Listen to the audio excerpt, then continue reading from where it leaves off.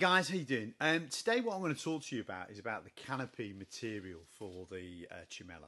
So some people, when they've not read up about the Chimella, they'll look at it and they'll feel the canopy and they go, well, that's a bit thin. You know, how can that save you heat and energy?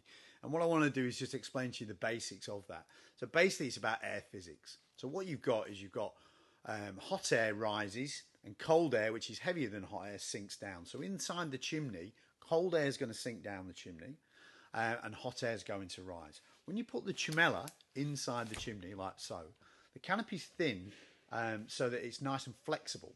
Okay, so that it will give you a nice seal around the edges, but it has tiny little gaps around about 1 millimetre all the way round.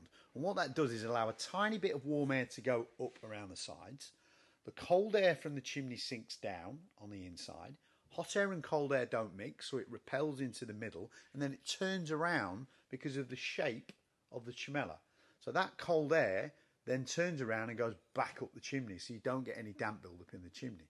The fact that it's a waterproof layer anyway, what that will do is it prevents the amount of air, the volume of air actually leaving the chimney. So you've reduced it down by 98, 99%. So that's how you're saving energy, because you're not losing all that warm air.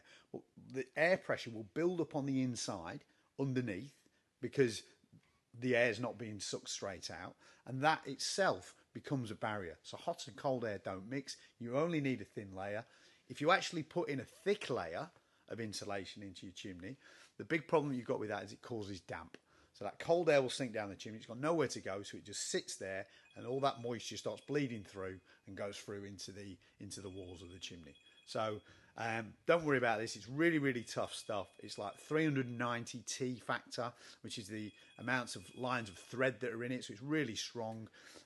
It will hold up to 2 kilos of bricks and dirt and everything else, and it's going to last for 10 to 15 years. So this is a technical material.